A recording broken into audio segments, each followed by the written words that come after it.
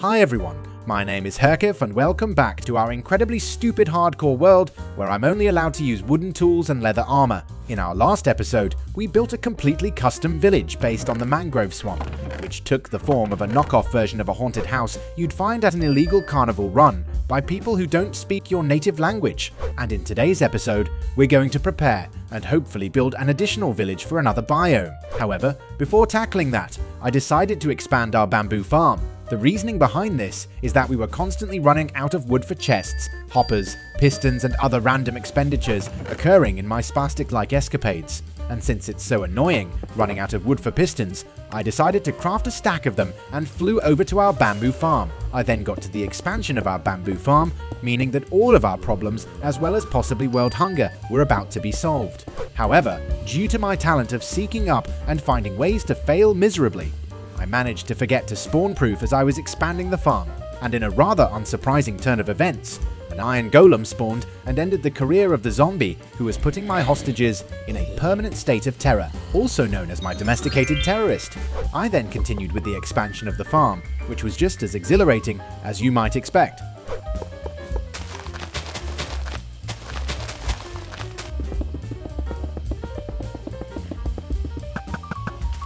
And once that had been dealt with, I domesticated a brand spanking new terrorist and broke a pickaxe in the process, which was most definitely on purpose, as I would otherwise be an absolutely empty-headed buffoon. But with that, our first task of this episode had successfully been dealt with. I then went on to buy a bunch of quartz from our stonemasons.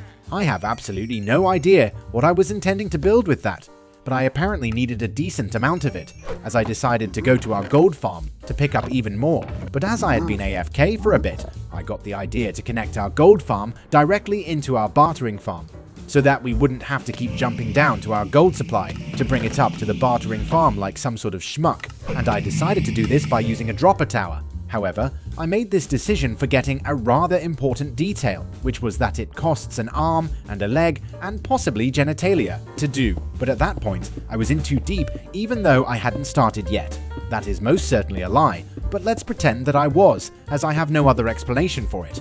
However, as I was working on the transportation for our gold to the bartering farm, I was faced with even further complications, as I realized that the bartering farm was basically at the world height limit. So I was then forced to do the thing I absolutely despise the most, that being to think. But after having spent some time being subjected to that previously mentioned abominable and agonizing form of torture, I did manage to slither my way out of that situation. This was rather surprising, as my redstone skills are comparable to that of Boris Johnson. I honestly have no idea of his level of proficiency in redstone, but I assume it's rather low. Though with that, we had successfully crossed out 2 of the things on our to-do list, which is a nice way of saying that I managed to get distracted twice with projects for which I severely underestimated the voluminosity of, as I'm about as focused as a rabbit with a DHD. So I got to one of the things that I actually wanted to get done in this episode, which was to build a farm for Froglights. We actually only needed pearlescent for our project,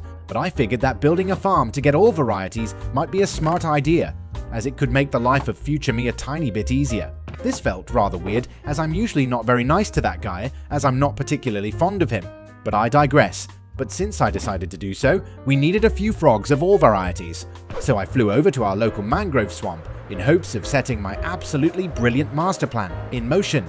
That plan included finding a couple specimens whom I would watch as they reproduce, to in turn take their children away from them, to then place them in an unfamiliar environment to deliberately cause them to mutate. It is plans like these that are the reason I absolutely love this game. And after having jumped around in the swamp in a very productive fashion, I managed to find 2 victims who would come to serve as the Adam and Eve to my previously mentioned degeneracy. I then force-fed them with balls of mucus in a moderately violent fashion to have them produce offspring for me to steal, meaning that the plan was officially a go. The frogs were then pushed into a hole in the ground, whilst we were waiting for their offspring to evolve into their kidnappable form. I then went on searching for more frogs, as we needed 4 of each type for the farm, and as I had shoved 2 additional frogs into the hole, the offspring had now turned to tadpoles, meaning that we could now go get the other variants. So I shoved them into a few buckets and packed up our stuff. I then remembered that it might be a good idea to pick out our spot, so that we know where we would deliver our future captives. But in order to do that, I also had to check how the ice roads would connect to our other stuff in the same direction from our nether hub, so that we don't run into any issues when we get to expanding them. However, knowing myself and my level of self-discipline, the chances of me actually getting to it are rather slim, though I still did it and picked out a spot for our newest project involving systematic genocide. But through that previously mentioned genocide, we'll be getting coloured light bulbs, meaning that it is very much justified. I then flew over to the nether equivalent spot to get to our frogs and built a portal. Then began the action-packed segment of this video, where I dragged some frogs across the roof of the game's equivalent of hell. It was then just a matter of grabbing the 2 remaining varieties of frogs. So I made my way to a forest and plonked 2 of the tadpoles we had acquired earlier and repeated the same process. However, as the frogs had grown up, I was assaulted by a creeper out of nowhere, but after a quick change of underwear, I made my way back to the base to go into the nether, though I rather quickly realized that I had forgotten to screenshot the coordinates of the frogs and had to fly back once more. With that, I repeated the exact same process and had successfully gotten myself 4 of each frog, meaning that we could get started building the farm. I decided to use a different one from the one I built in our last world, as I was feeling a bit adventurous and brave.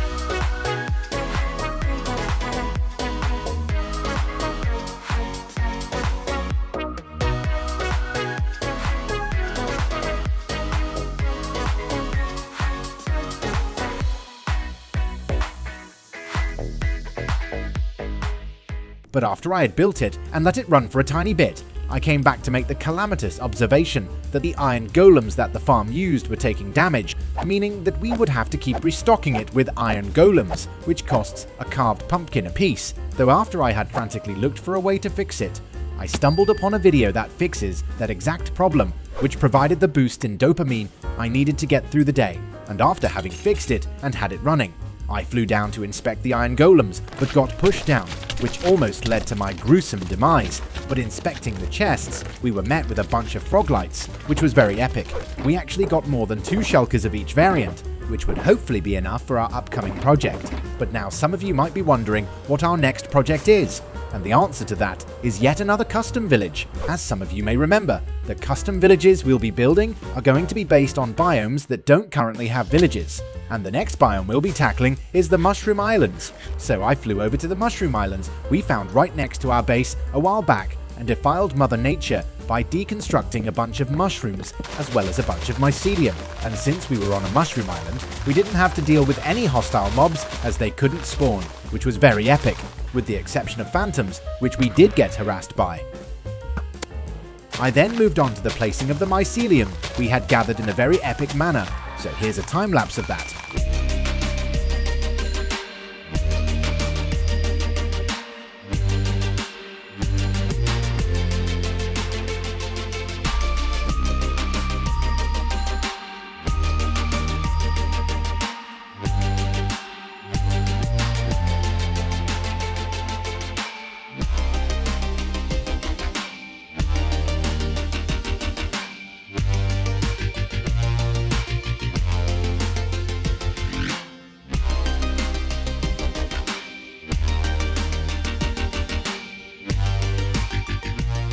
But now that we had the mycelium placed in, we needed one more thing to continue with the project.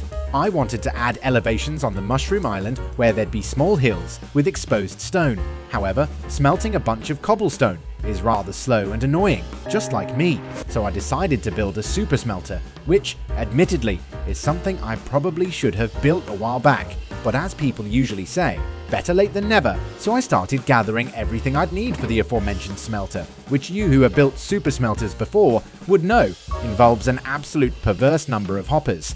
After having crafted a rather large number of hoppers, I realized that I didn't know exactly how many I needed, so I hopped into a creative testing world and discovered that a hopper line would need 26 furnaces to constantly feed into our output chest. Since I had been traumatized from our experience with our Froglight farm, I decided to go with the design I always go for, and that design required 3 hoppers per furnace, and we were going to have 4 hopper lines feeding into our chest, meaning that we needed 312 hoppers, which is just shy of 5 stacks. This meant that I needed significantly more wood than I had estimated earlier, so I had to fly off to our area where we usually farm wood, where I decided to break one of my axes for fun.